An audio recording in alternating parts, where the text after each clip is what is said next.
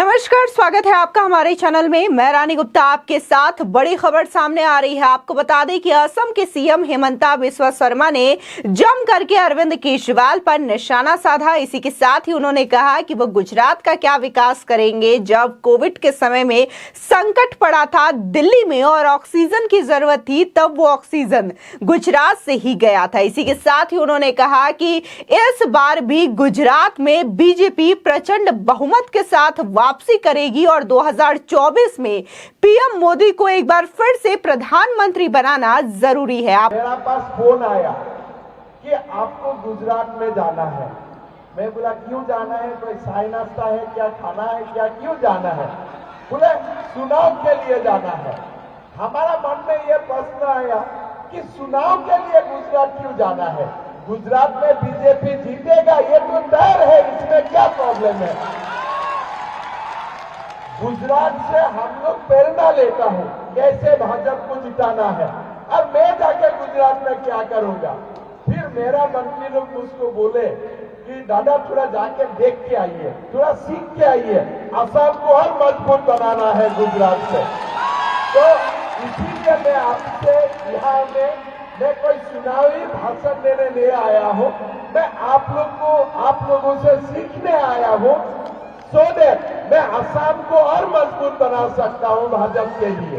ये कांग्रेस ने एक मानसिकता का निर्माण किया कि भाई देश में अगर आपको रहना है तो आपको गुलाम बन के रहना है, आपको कभी भारतीय बन के रहने का अधिकार नहीं है। आपको बता दें कि गुजरात में इलेक्शन होना है 2 चरण में, 1 और 5 दिसंबर को ये वोटिंग होनी है। ऐसे में तमाम जो स्टार प्रचारक की सूची है वो जारी हो चुकी है, चाहे वो सीएम योगी हो, सीएम हेमंता बिस्वा शर्मा हो, अनुराग ठाकुर हो, तमाम ऐसे बीजेपी के दिग्गज और बड़े नेता इस समय गुजरात में मौजूद है। और कल देखने को मिला था कि जहां सीएम योगी आदित्यनाथ की शानदार स्वागत किया गया था और उन्होंने शानदार रैली की, तो इसके बाद देखने को मिला कि असम के सीएम हेमंता बिस्वा शर्मा ने भी एक शानदार रैली की और इस दौरान उन्होंने जम करके अरविंद केजरीवाल पर निशाना साधा। अभी केजरीवाल जी यहाँ आया है कि मैं नया गुजरात बनाऊंगा।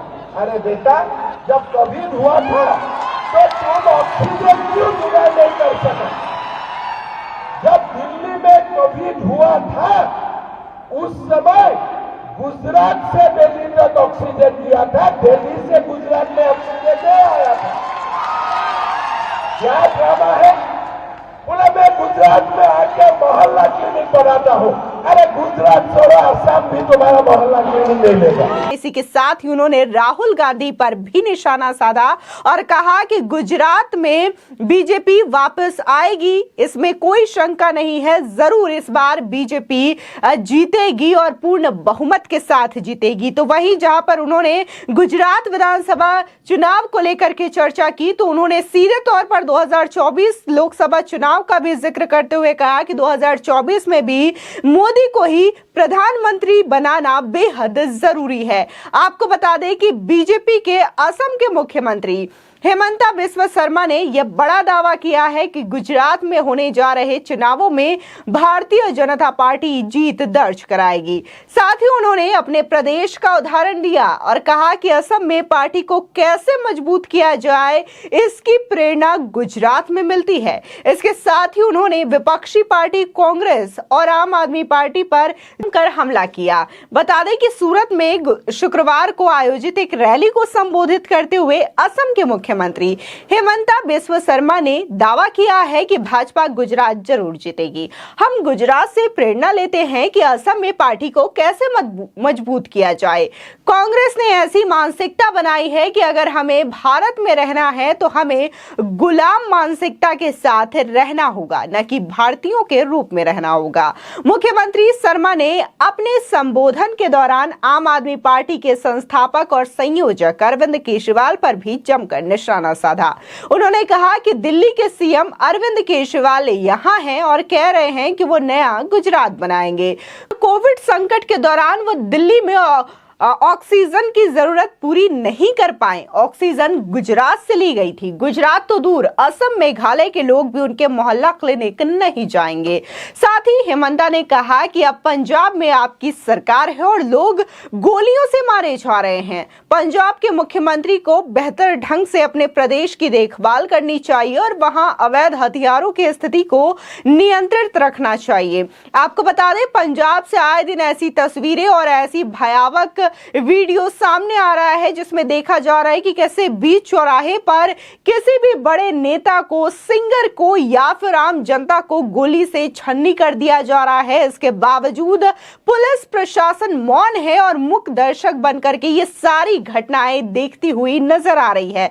बता दें, पंजाब में इन दिनों स्थिति बेहद दुखदाई है। वहां की जनता किस तरीके से त्रस्त है, इसके भी तमाम जो शिकायतें हैं वो लगातार मिल रही है। दिल्ली में किस तरीके के हालात हैं, अरविंद केजरीवाल जो हैं लगातार मोहल्ला क्लिनिक के नाम पर लोगों को बरगलाने की कोशिश करते हैं, लेकिन जो मोहल्ला क्लिनिक की हकीकत है वो कोविड के टाइम पर भी सामने आई थी और अभी भी जब पैंडेमिक की स्थिति नहीं है तब भी उसकी तस्वीरें लोगों के सामने है कि वहां पर ना तो बेहतर इलाज की सहूलियत है और ना ही दवाइयों का कुछ अता पता है। इसी के साथ ही हेमंता विश्व शर्मा जहां ये भरोसा दिला रहे हैं कि गुजरात में बीजेपी पूर्ण बहुमत के साथ जीतेगी, प्रचंड बहुमत के साथ जीत हासिल करेगी, तो वही उन्होंने सीधे तौर पर कांग्रेस पर भी जमकर निशाना साधा। आपको बता दें कि कांग्रेस के नेता राहुल गांधी ने वीर सावरकर को लेकर के विवादित और आपत्तिजनक बयान दिया था, जिसके बाद से लगातार विरोध का सामना कांग्रेस पार्टी को करना पड़ रहा है। और इस बीच हेमंता विश्व शर्मा ने भी इस पर रिएक्शन दिया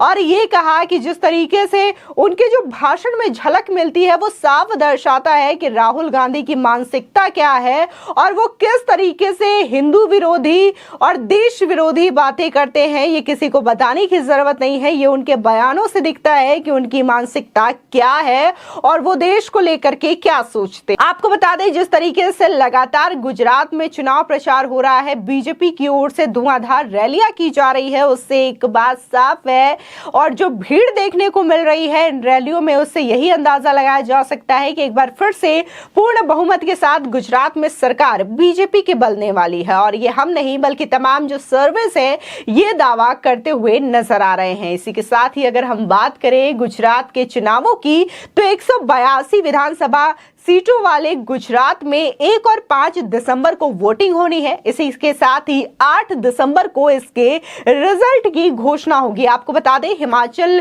प्रदेश के जो चुनाव हुए हैं उनके रिजल्ट का भी अनाउंसमेंट 8 दिसंबर को ही किया जाएगा।